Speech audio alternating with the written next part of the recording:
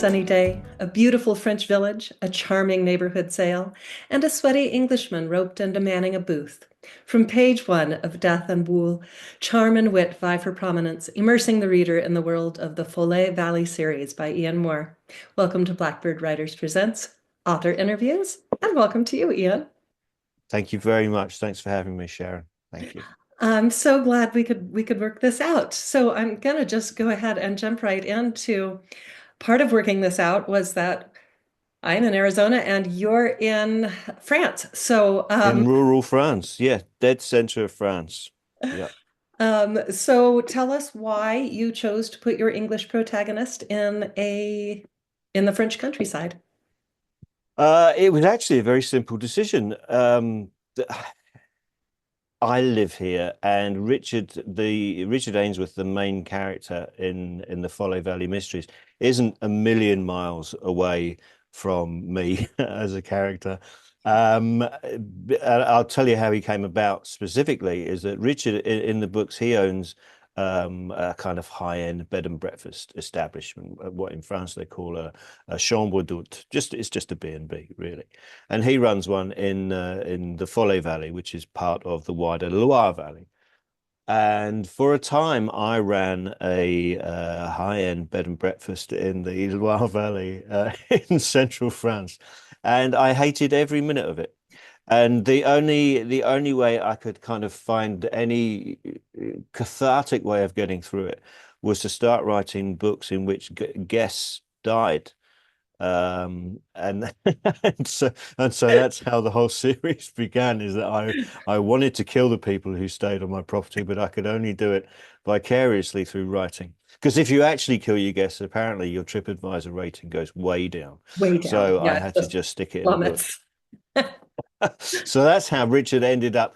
The character ended up being in this area of France. It's so ripe for. There's so much history here that goes back hundreds and hundreds of years, but also relatively recent as well. And it's I did quite a lot of reading of um, crime books set in France, of which there aren't that many that have been translated into English anyway. And it's just an area that just hasn't been used at all. When you think of how rich it is in terms of chateau, in terms of battles, in terms of its place in the Second World War. It's the center of wine growing. It's my particular village is the goat's cheese capital of the world. There is so much going on around here that you can use in any sort of mystery book. And it is just all of that depth of the area comes through in your writing. Even though Richard is a little he sighs a He lot. lo- he loves it. I mean, I'm the same as well. I've lived here for 20 years, and I used to go before the first 15 years of living here. I was commuting back to England every weekend to work in the stand-up clubs in the UK. And I remember one weekend I went back and I was moaning, as I normally do, moaning about where I lived. And a friend just turned around to me and said, "You're in paradise. What is your problem?" And I realized that he wasn't far off being right. But I've given that kind of cantankerous love of the place to Richard. Yeah, and it comes across beautifully.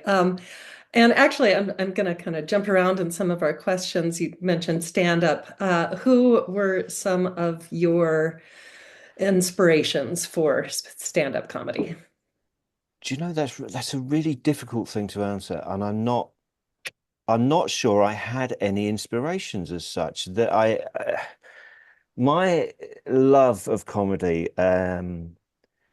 really developed through old films. I used to love Bob Hope and Bing Crosby, and I'd sit on my dad's knee if they were on a Saturday afternoon on the television.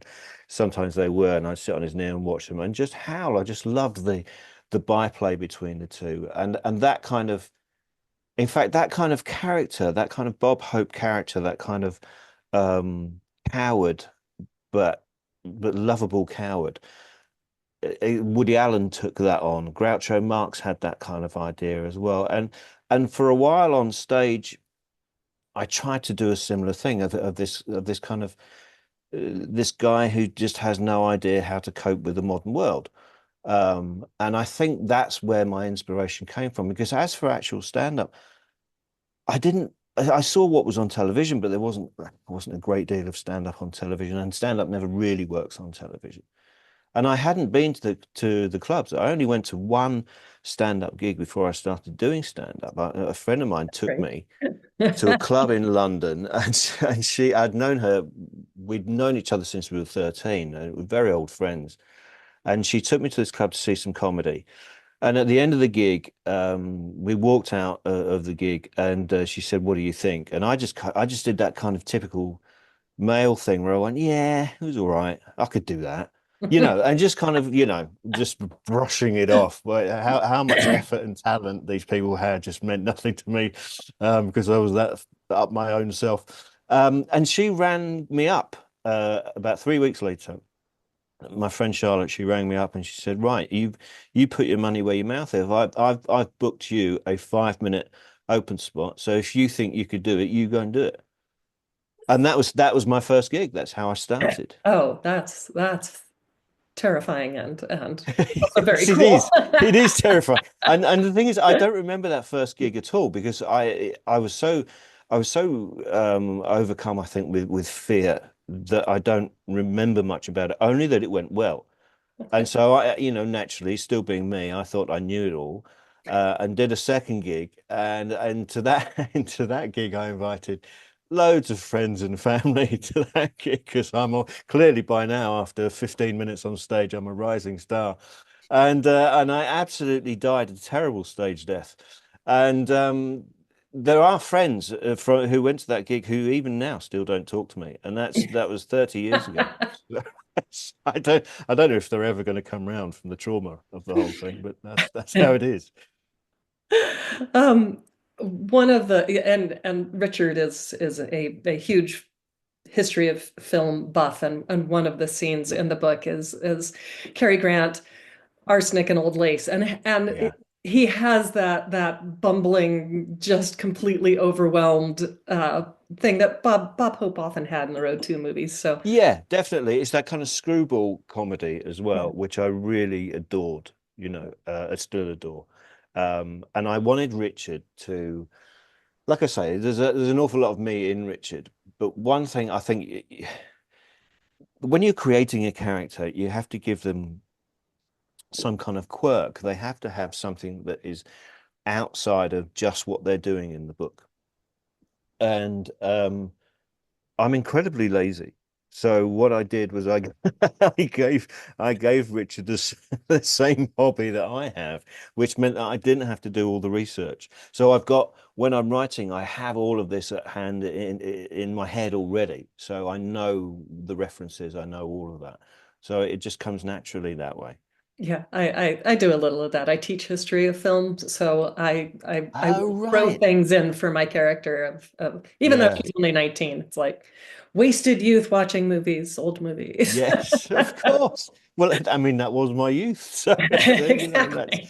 and I love the idea also of and this is where Richard differs from me, is that he wants to see the world as a more innocent place than it actually is. So he sees the world through the prism of more of the films of the 30s and 40s, which were, cleaned up so much with the Hays Code and all of that, that you didn't actually have any reality in them. So to see the world through that prism, I think helps him survive.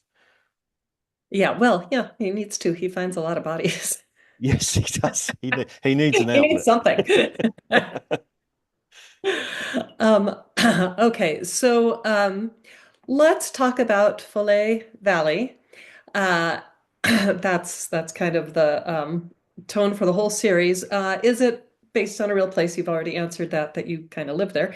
Well, Um, it is very much based on my B&B and the town that we live in. We live 3 kilometers outside a town called Celsus, which is the goat's cheese, the famous goat's cheese. And yeah, it's basically the whole geography of the place is based around there as well. all right. So What things do you keep exactly how they are? What things do you exaggerate? Are there things that like are sacrosanct that you aren't allowed to like mess with because people will Um, call you out?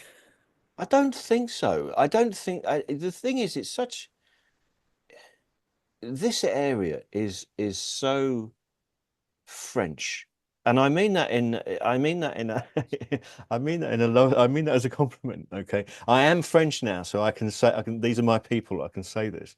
It is such a French area. It is very rural. It is very much, about French farmers and market day and animals just roaming around everywhere and everything stopping for lunch. Work stops at dinner time or before dinner time. You'll have wine at lunch and then you'll carry on. You know, you'll see people in the bars at 6 o'clock in the morning having a stiff cognac before they go to work. It is so stereotypically French that to exaggerate it would actually detract from what it is. There's no need to do that. There's no need to exaggerate it at all. And but as for how the neighbors feel about it, I don't, do you know, I don't really know because I had the first book in the Follet Valley series was called Death and Croissant. And the rights to that were bought by a French publishing house. And I knew that they'd bought the rights, but I heard nothing from them for months. And then I got an email from Amazon.fr, which is the French Amazon. And the French Amazon sent me an email saying there's a book coming out in a couple of months that may interest you. And I clicked on it, and it was my book. I had no idea that they'd got that far. They completely changed the title. I mean, half the title's in French. It was called Death and Croissant, and they changed the title.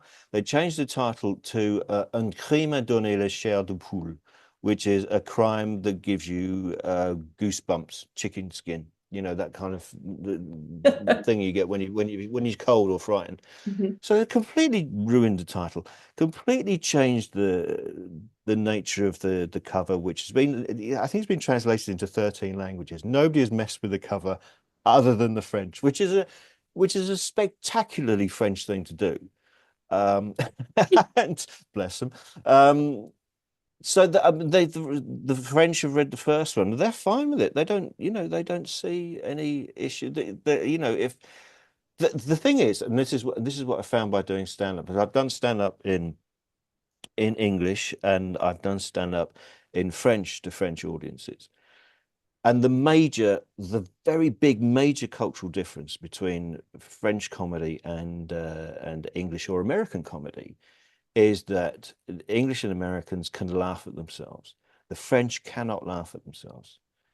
They take they take themselves very, very seriously in that respect. So if they thought that I was in any way mocking them, um, as you say, by exaggerating what there is rather than just reporting it, if you like, they would take against it, I think.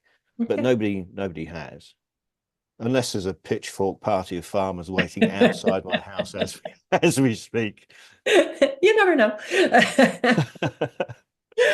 No, actually, that just it. I mean, you know, as an American reader, that just makes it all the more charming um, to know that this, Yeah, as you said, this is reporting on French this life. is just where we are. This is just how it is. You know, there's no, you know, I think you mentioned there's a line which says that even death doesn't get in the way of French lunch. Mhm. Nothing gets in the way of French lunch. Nothing. You know, you get the 2 hours. There's normally 2 hours for lunch. People go home, they'll have a three-course lunch, and they'll, you know, I mean, when we first moved here, my youngest son, he was 4 when we moved here. He was our only son at the time, and he started. We went to the local school to say, look, when can he start the start of the next academic year? Because we've just moved here, so he wants to, you know, a few months to weeks to settle in. And the headmaster said, no, no, no, no, that's not how it works. If he wants to come to school, he comes to school now. So literally, like 2 days after we'd moved to France, he was at this French school. Um, and he was four, but he was so he started school at 8 o'clock in the morning. He'd be there until I think it was about 4 o'clock in the afternoon. But the great thing was that the school lunch, they'd have like three-course lunch, and then they'd have a siesta. They'd they'd put the 4-year-olds to bed after their big heavy lunch. I mean, I don't think they were served wine. It wouldn't surprise me if they were. But Maybe. it's just, I mean, it's just that is just France. If you made that up, people would go, "Don't be ridiculous. Kids don't have three-course lunch and then go to bed at school." Of course, yeah, they do. That actually sounds like heaven. Um, Yeah, exactly. it's like a good post-lunch nap. I had one today. I feel much better for it. Okay, so you have a twin towns between England and France, and Yeah, I know in Arizona we have some towns that have like sister cities, is yeah, what we yeah. call it. But what is the history and significance of these twin towns? I'm not sure when it started, but I suspect it probably started after the Second World War when um, the idea of Europe be having closer bonds with itself, each country having closer bonds with itself. So, for instance, you can drive into a lot of towns in all over Europe, and as you drive in, it'll say "Welcome to Bienvenue wherever," and it'll list the towns in different countries that it has these kind of twinning relationships with, which is a kind of tourism thing, it's a kind of trade thing. When I was growing up in the UK, the twin town for us was a place, actually, it was in France called Saint-Max-en-l'École, and we did a French exchange with the school in that town. So it's that kind of connection between the two that you have these. I don't think there's much happening other than bureaucrats meeting up once a year and getting drunk over a decent meal. But I mean, I really need to go to France right now, so exactly. Politicians know what they're doing. That's what I reckon. They know how to find an easy beer or wine somewhere.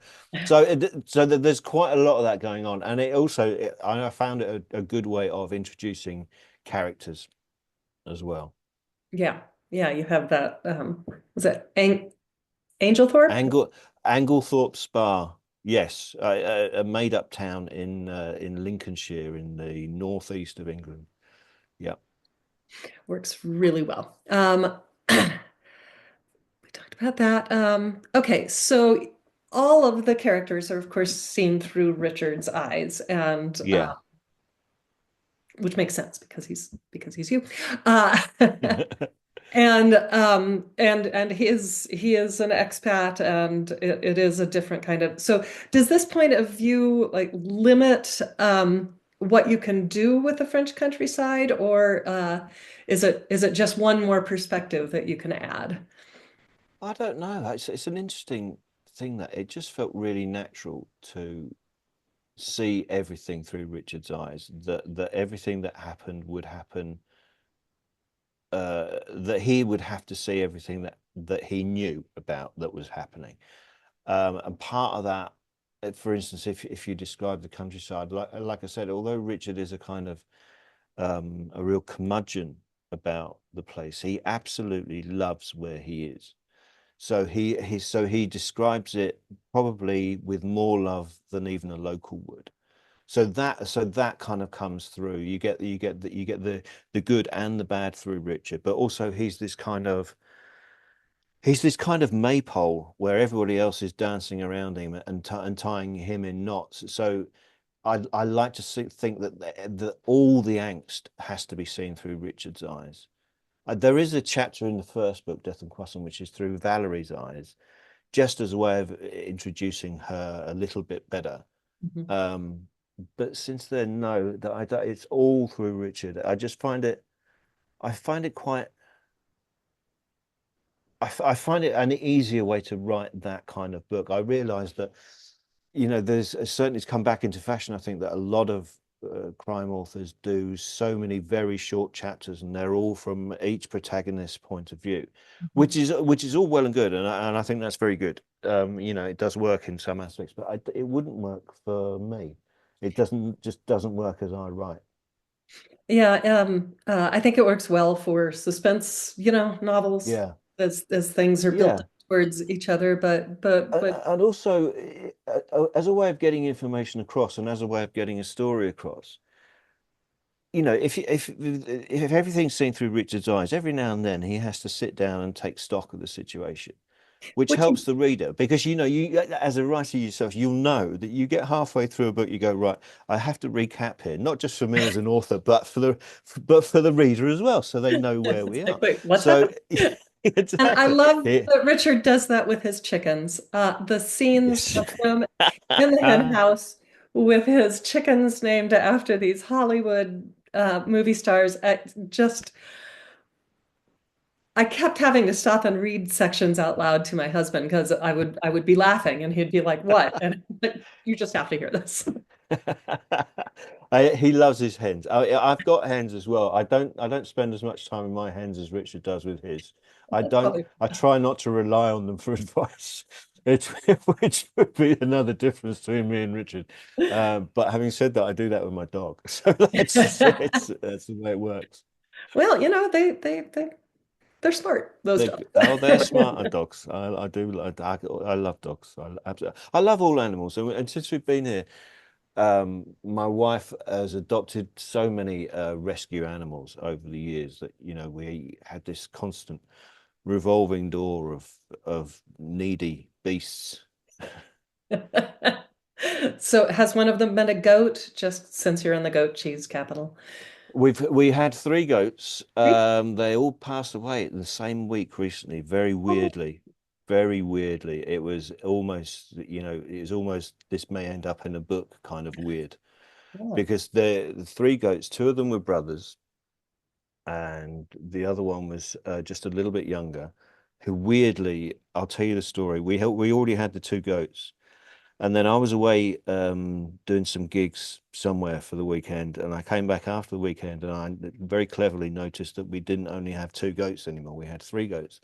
And it turns out that my wife had been driving into town. See, this is rural France. This is why you can't, there's no point in exaggerating rural France. My wife was driving into town, and this fella stopped her by the side of the road. He flagged her down, and he said, "Do you want a goat?" Right? This happens in Yeah, France that all the time. happens. He said, "Do you want a goat?"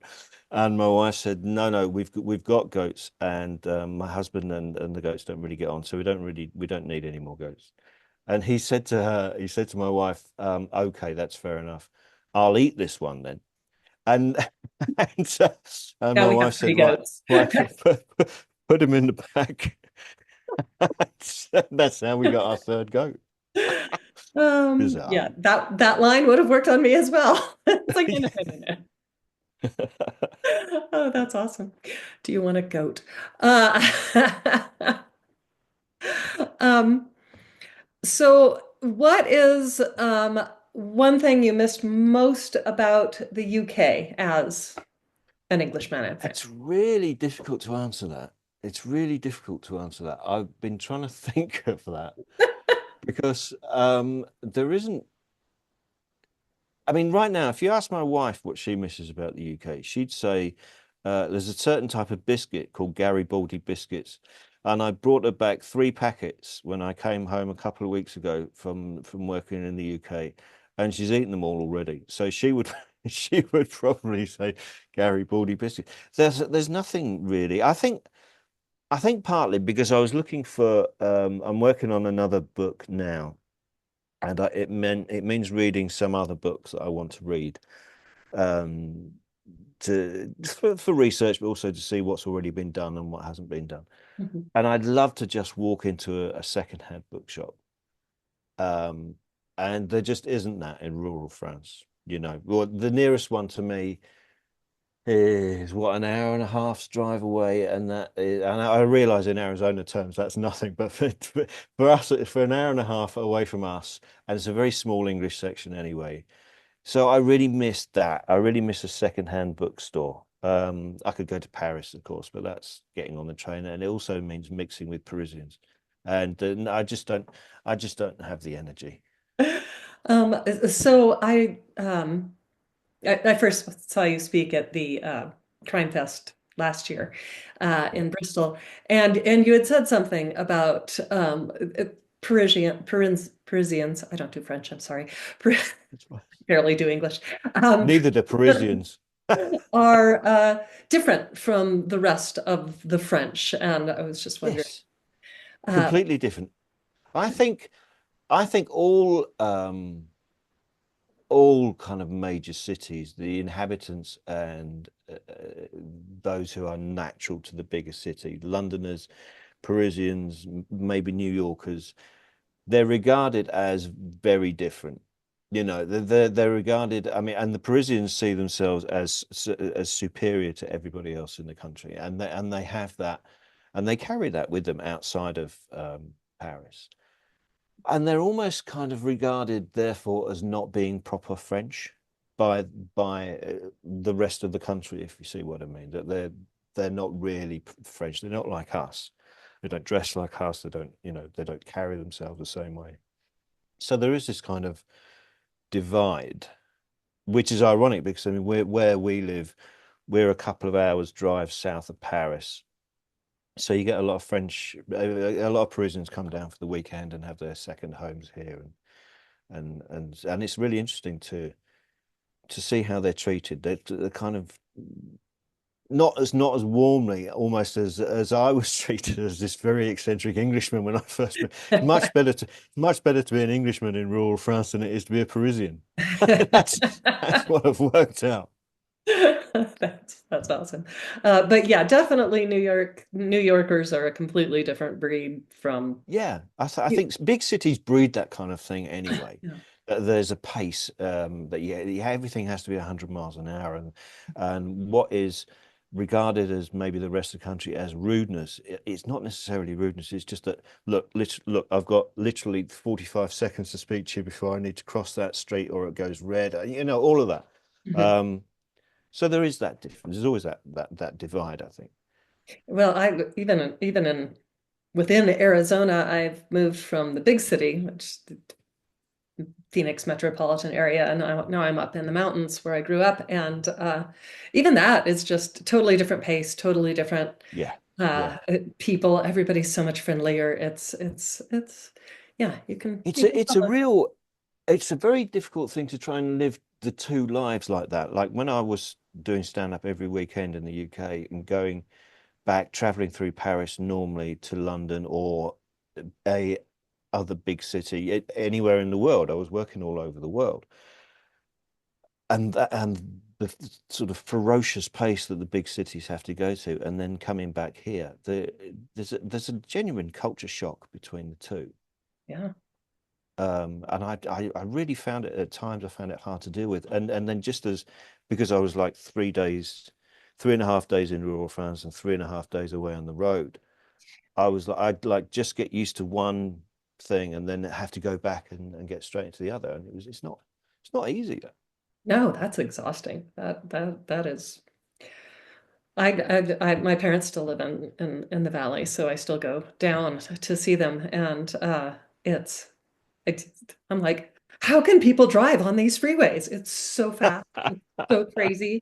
People jamming by you going a million miles an hour, and yeah, it's It is hard. The last two picture times shock, I've like you driven back to said. the UK, is I've been involved in road rage just because I'm pootling along like some rural Frenchman on and swaying all over the road.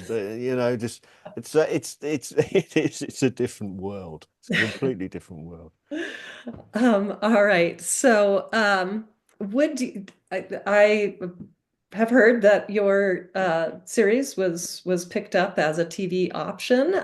Would you like to talk about that at all? Or Yeah, I mean, I don't know what's happening, but I tend to get snippets of information and news that come through about casting ideas and things like that. But it's such a slow process, and it's something that um, I've learned over the years from being a stand-up that you are dangled carrots all the time and so few of them are actually ever end up in Reach. So I mean, although I'm incredibly pleased that it has been picked up, you know, the producer is and the publisher, they're both very optimistic that it will get made. I'm trying to keep my feet on the ground. I'm trying to remain realistic about these things, but it is exciting. It is, of course, it's exciting, you know, and it Well, will make a big difference to the books as well if it were to come off. yeah, oh yeah, and it would be it would be so popular.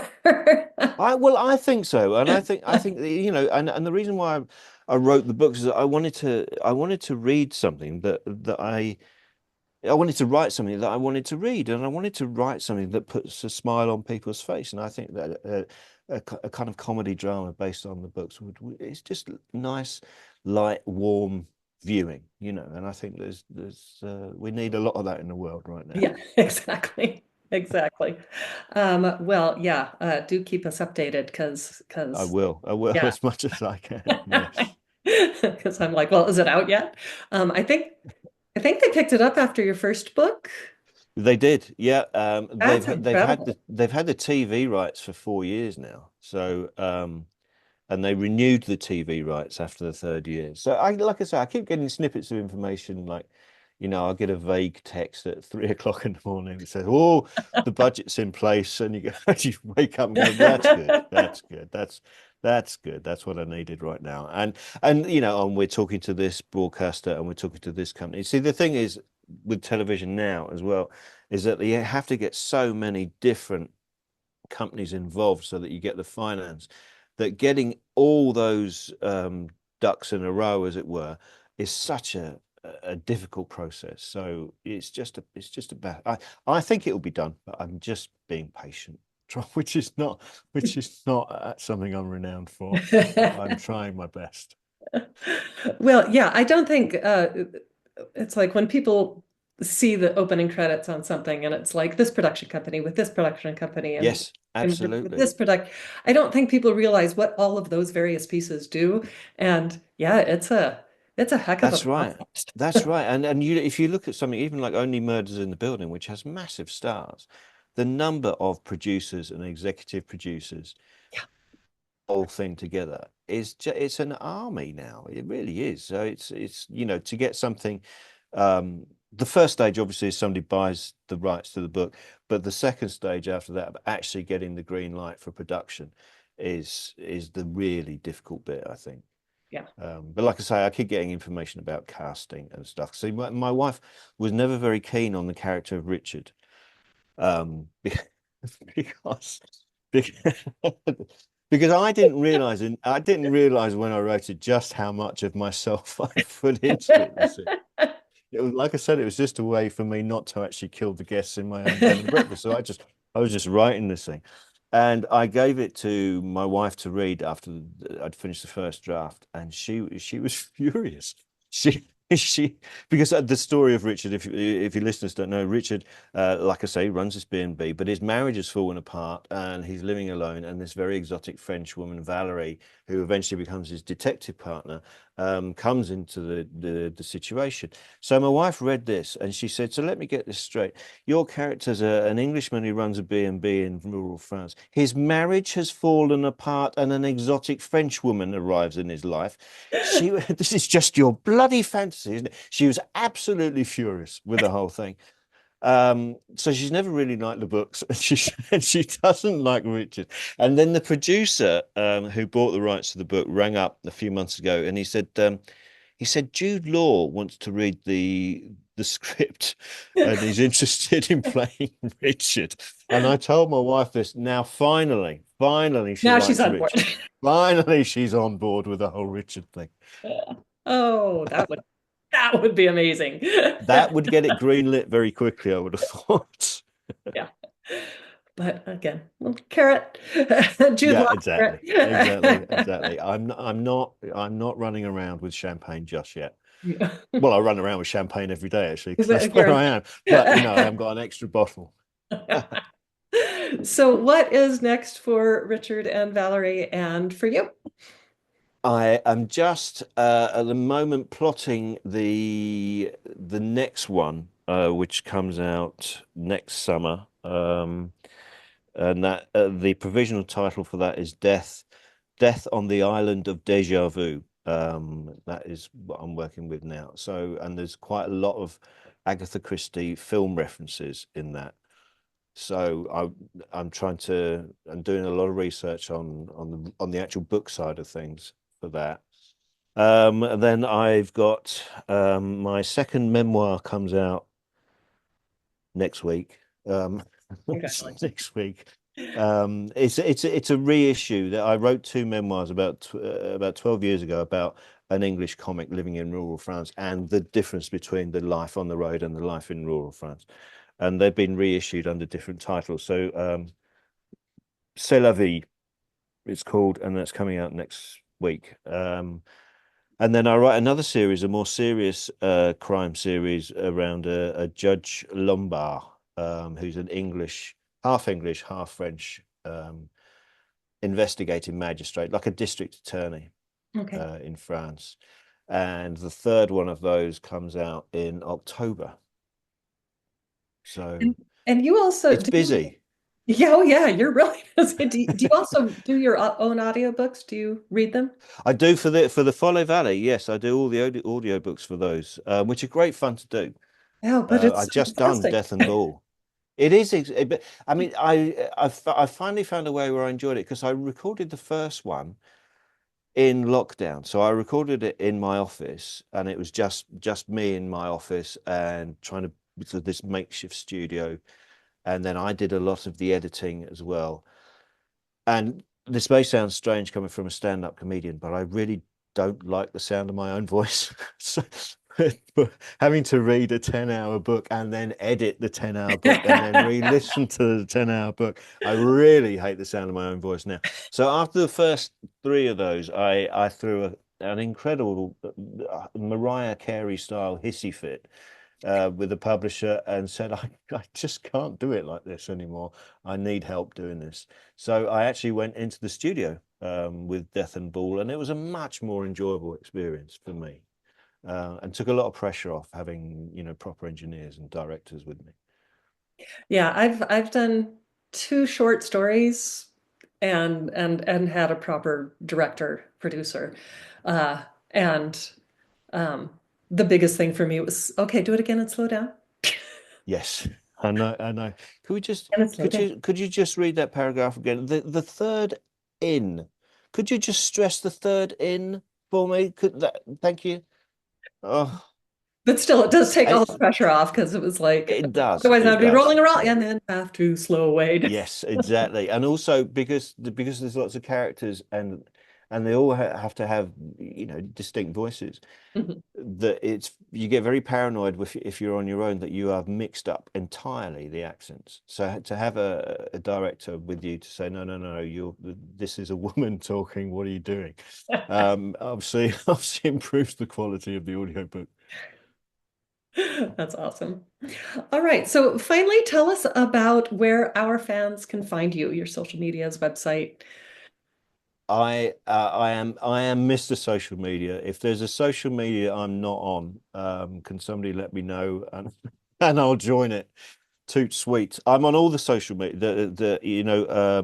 Instagram, Facebook, Blue Sky, Threads, TikTok, X occasionally, and I'm generally Ian Moore author.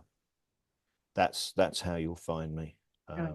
And I just posted something. Actually, I just posted. I was reading an excerpt of Death and Bull because I've been nominated for an award by the Mystery Writers of America.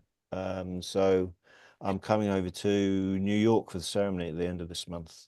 Oh, congratulations. Um, That's amazing. yeah, I am so chuffed. It was one of those things that I was writing another book, and in that, you know what it's like when you're writing and you're carrying the plot, and you get to the end of your working day, and you just cannot think of anything else. So everything just kind of glides off you, and so I got this email, and I read it, and oh, I've been nominated for an award. Okay, that's good. And then I just like 2 o'clock in the morning, kind of shot up out of bed, jumping up and down, going, I've been nominated. I've been What? on What is this? What is this madness? it. And so yeah, so I'm so I'm so pleased, and that's the nomination is for the second one in the Follet Valley series, and that is Death and Fromage, which is the basic storyline of that is that a murder occurs after a Michelin-starred chef accidentally serves vegan goat's cheese as opposed to the real thing, and therefore murders occur. And if anybody thinks that that's unrealistic, then you really need to come to rural France and see how strongly they defend their ware. Same thing in England with the vegetables. I've Yes, yes, yes, absolutely definitely right. something you could murder over. Well, thank you so much for taking the time out of your day, very busy day with all these books coming out and nominations. That's Thank you. awesome. Thank you, Sharon. And thank you everybody for being here for Blackbird Writers Presents Author Interviews.